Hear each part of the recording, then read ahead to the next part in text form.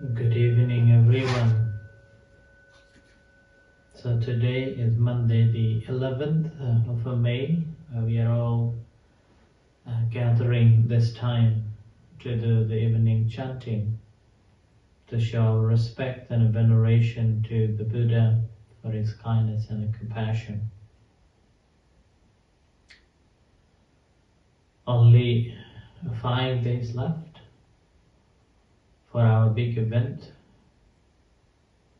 That's the consecration of the building. And it's quite a historical, once in our lifetime opportunity for all of us. And this opportunity is something that lasts for many years to come. And this establishment is not just a meditation hall that we initially planned for, but now more than the meditation hall, it's going to be the sacred hall, the sacred building where our traditional events will be performed and can be performed. According to our tradition, we have this concept that as soon as the building been consecrated, then the Buddhism has established. In the UK, we have very limited places like this established. In the Theravada tradition, Thai tradition, the first one was the Wimbledon temple 60 years ago, with the king sponsoring, King of Thailand sponsoring to build that, a beautiful chapel or the Uposatha.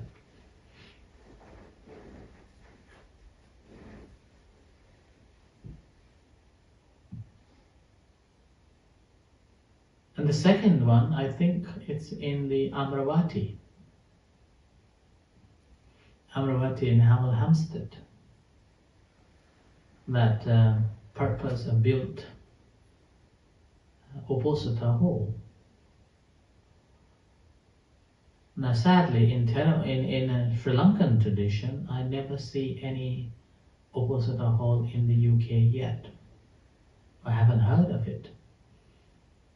It's just a community center and never been planned to make place as a consecrated space, which is the reason why a couple of years ago, Sukhita Mano, he was planning to be a monk, and he went to Sri Lanka and took a novice ordination and came back to London and stayed in the London Buddhist Vihara, Sri Lankan, one of the oldest Sri Lankan temple. And because there isn't any space that's been consecrated in Sri Lankan community, then the head monk, Bhante Sila Vimala, approached to the Ajahn Lau, saying that Sukhita Mano wants to become a fully ordained monk. Is it possible for him to ordain? And that's how Sukhita Mano ordained by Ajahn Lau and stayed in Wimbledon for 2 years, and moved back to London Buddhist Vihara and went to Sri Lanka to study, and I believe he came back to UK again. So like that, the consecrated Uposatha hall is quite rare to find, and especially purposefully built like Uposatha is very rare. And now another one is under construction is in Liverpool, Runcorn.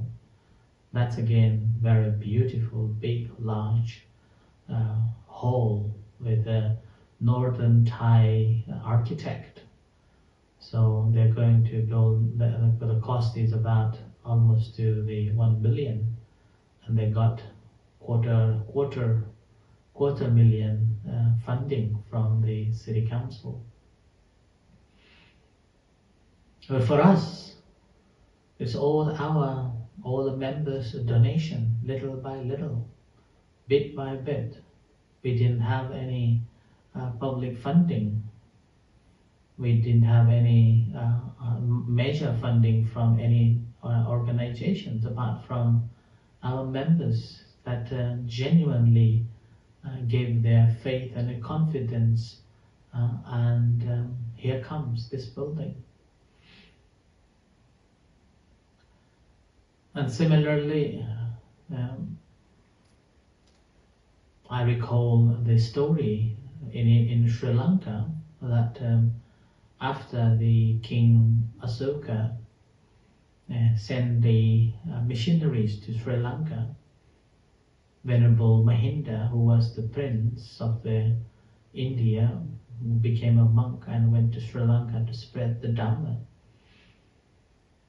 When he had acquaintance with the king, and a king along with the royal families became Buddhists, gained a strong faith in the Buddha, and declared that Buddhism is going to be the national religion. Then, if I remember correctly, the king asked the Mahinda that, do you think that Buddhism is established in my country? Then the stories, if I remember correctly, then Mahinda told the king that as long as we don't have the Sima or the Uposatha and the local person haven't ordained yet, we cannot claim that Buddhism is firmly established. And which is the reason why then the Mahinda then ordained, establishing the Sima, the Uposatha, and ordained the local people in Sri Lanka. And that's how Buddhism gradually took a root in the Sri Lankan community. And this is a story, again, a long time ago, very, very long time ago. And that tradition continued. So that's why the importance of this place is very important for the continuation of a Buddhist tradition. Similarly, in Nepal, as some of you may know the history of Buddhism in Nepal, about 600 years ago, Buddhism was completely destroyed by the kings because the king believed in Hinduism and forced all the monks to disrobe. Those who didn't disrobe were executed or exiled. So with that, Buddhism, Theravada Buddhism, was like a completely disappeared and developed different forms of a Buddhism. But in 19th century, Theravada Buddhism again revived with the help of a Burmese monk and with the help of a Sri Lankan monk. So a Burmese monk, Chandramuni, who was living in India, was the first batch who ordained the Nepalese monks. And then Venerable Narada from Sri Lanka visited Nepal as the government guest.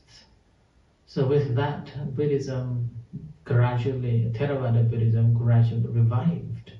And the first move was to establish the Sima, or the Uposatha. And that was a small, very small, that only 4 or 5 people, 5 monks can sit in that very small Uposatha. Cut the hill and build a small hut and put this marble stone Buddha, which was transported from India with great difficulties, is enshrined to make it as Uposatha. That was the first Uposatha. And then after that, only 2 or 3 developed. And in entire Nepal, only few has been consecrated as the Uposatha whole, which is the reason whenever ordination takes place, then it's really special. So that's why this consecration is very historical for all of us, and it will last for many years to come. And it's also a symbol of the establishment, as well as a symbol that everybody can come and learn and practice the Dhamma.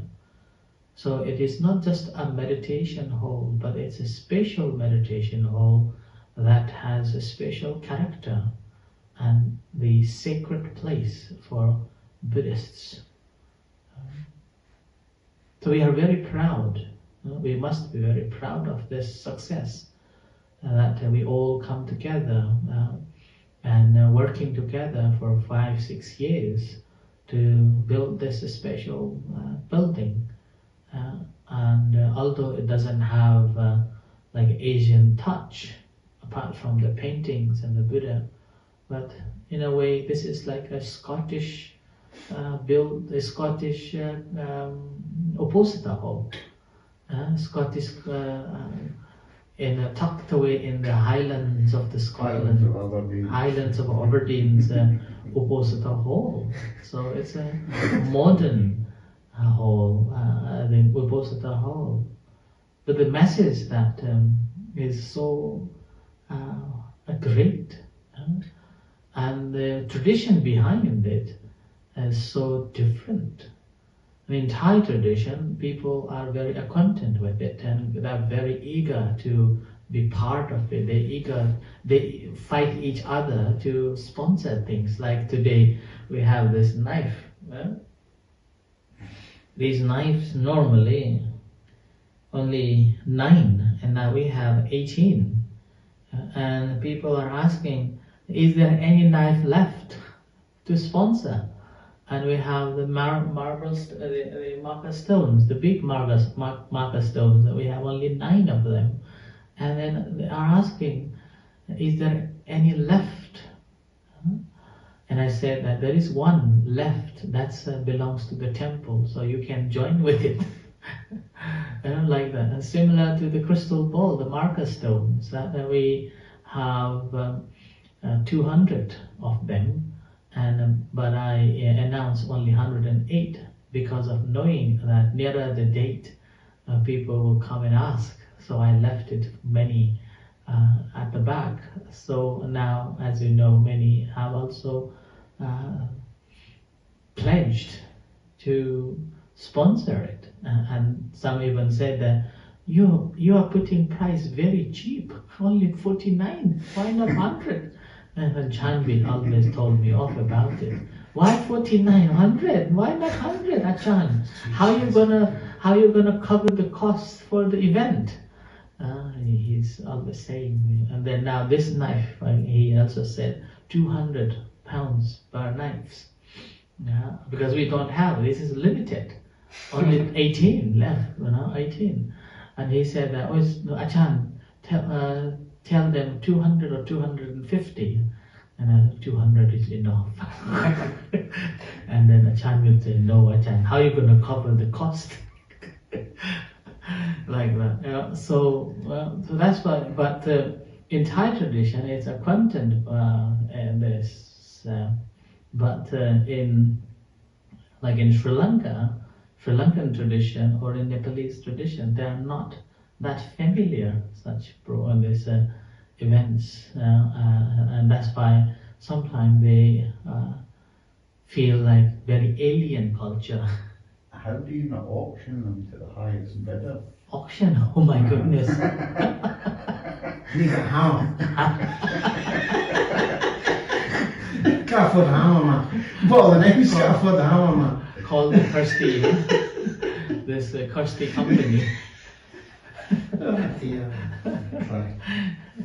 It's gonna be troublesome. Achan becoming a businessman. Some already told me that, oh, Achan has changed. Now Achan is becoming a businessman, entrepreneur. And then now if I put the price or go on, like you say, auction, oh my goodness, it will be top of the town. It will be top of the town. So yeah, I like that. So anyhow, but this event is something very remarkable event, and I'm also very proud that I'm leading leading this project and going to establish this. So this is the first of its kind in Scotland.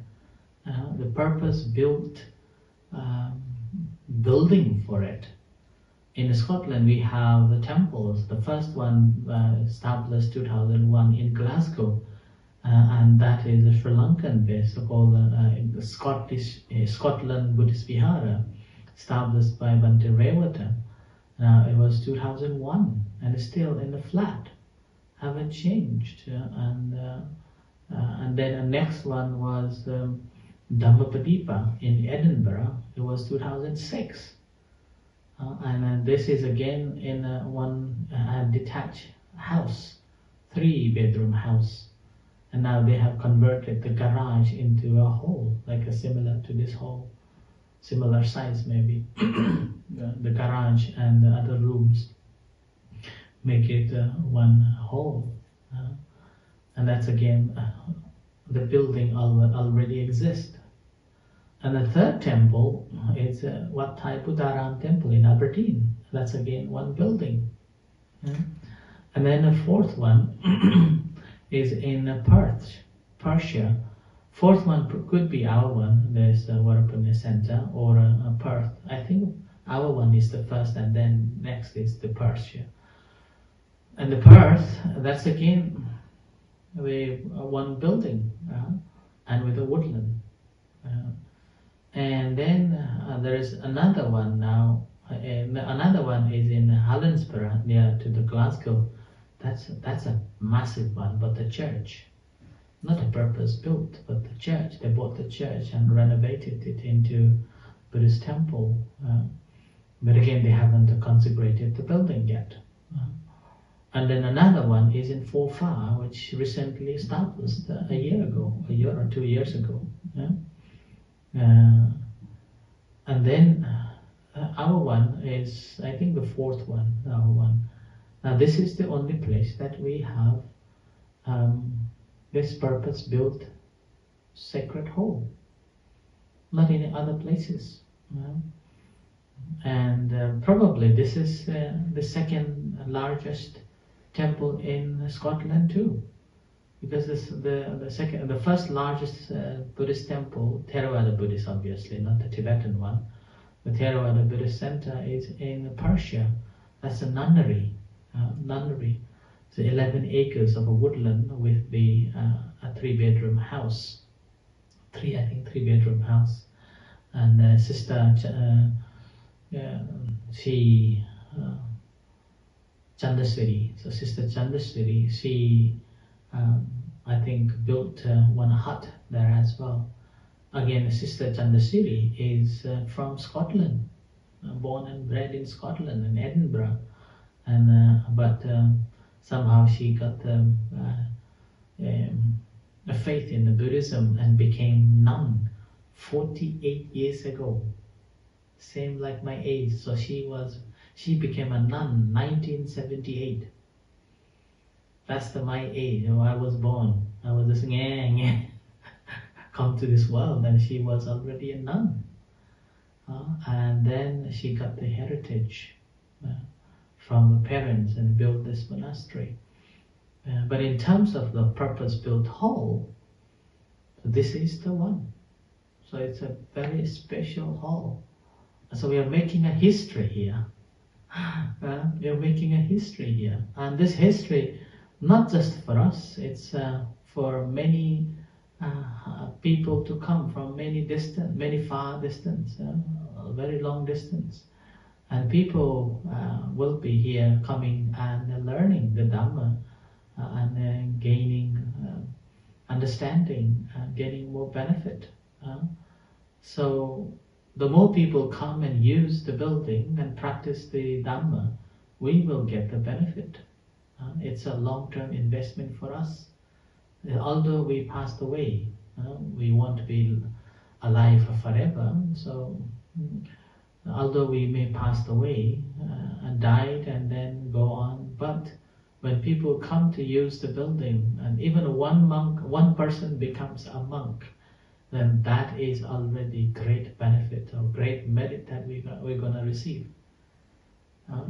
Like in Sri Lanka, the Venerable Mahinda told the king Tuttakamini, I think, if I remember correctly his name, said that Buddhism only will establish when there is the consecrated building and a local people ordained. Now this is actually happening here. We are going to consecrate the building on the 17th, and we have got this Aberdonian Scottish lad I'm going to do my best behaviour then. coming to be a monk. So it's another big milestone. It's another big thing for all of us. That first establishing this big this Uposatha hall, and then we are having first Aberdonian Scottish lad. Not really. Okay, Scottish lad. Montrose. Abroth, okay. So Abrothian, what do you call Abroth? People Abroth? Red Lechdays. Huh? Red Lechdays. Red Lechdays. Red Lechdays. Red Lechdays. So coming to be a monk. So Abroth has a special history in the Scottish tapestry, and now you're making another new history in the Scottish tapestry. The day the smokies go. So there is a Abrotha treaty to surrender to the English. So that's been a great treaty signed by so many lords and even accepted by the Pope. Now that a lad from the Abroth coming to make another big history, becoming a Buddhist monk in Scottish soil, in the first consecrated building in the presence of so many monks. Can you imagine to get almost 30 monks? I think it will be 30 monks. Can you imagine to get the 30 monks to have a ceremony? I can't imagine that happens. And it's not going to happen. It's not going to happen easily. The maximum monks that have visited Aberdeen, if I know, then that will be Mummy's 60th birthday that I invited monks from different parts of the UK. And if I remember correctly, there were 10 or 11 monks. And then I contacted the Lord Provost, and we had an audience with the Lord Provost and had a discussion in the chamber. Went into the chamber and discussed about the interreligious activities. And the Lord Provost spoke, and Ajahn Lal spoke, and then Lopo Sambun was there. So I organized that one. So that was the first time so many monks attending, and a special event, Mummy's 60th birthday. And now this is another time that I'm seeing so many monks. And these again, not because I wanted to have them that much. As I know, our center is very small, and we have a financially we are not stable. So I was expecting about 15 monks max. I was planning to have it about 24, because technically we should have 21 monks if we can have it. If not, because we are living in a so distance, we could have it done by 10 monks. But after the 8 monks withdrawn, cancelled the visit, I thought that okay, at least have a 15, then that will easily, I don't have to put any pressure on that at all. But as monks knew about this event, so they also want to join. And with that, the monks' number increased. Now it's almost to the 30. Can you imagine? There's a miracle things happening here. And the same with so many other people wanted to come. And can you imagine the busloads of people coming, and people from Kings Bromley, Liverpool coming to help. They're coming even for a couple of days, coming up to help. It's all, I didn't ask them, but because of seeing this historical mark, they want to come and join. And similarly, our members as well, they have taken day off. So it's like a big merit, Ajahn. Yes. It's tremendous merit. Yeah, it's a great merit. And our members also have taken the day off. So many. They have taken day off simply to come and be part of this historical event. So that's why when I reflect on their contribution, and they've given up their jobs, they took a holiday, and they're coming to help, and I feel such a, feel very humbled. And then I feel like I have to do more, because that much they are giving up their job, and then coming here, physically helping, and not only physically helping, they're helping with financially, they're helping with the food and the work, and so much. So much is immeasurable. You can't measure by any means of a monetary. You can't.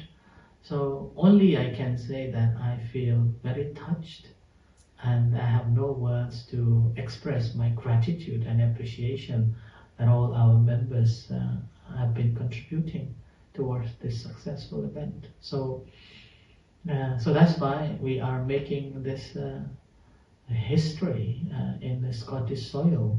So and we should celebrate, and we should be proud of it for this event to come. But obviously, there's a lot of organizing and a lot of management, and obviously we need a lot of help in all different areas. So thank you everyone for all the support in whatever means that you have been providing for this event. Right, so today no Dhamma, just talks on here and there about the ceremony. So I will continue the Dhamma next time. Yeah? It's already a time to do the chanting. Alright, so with this, let's do the chanting.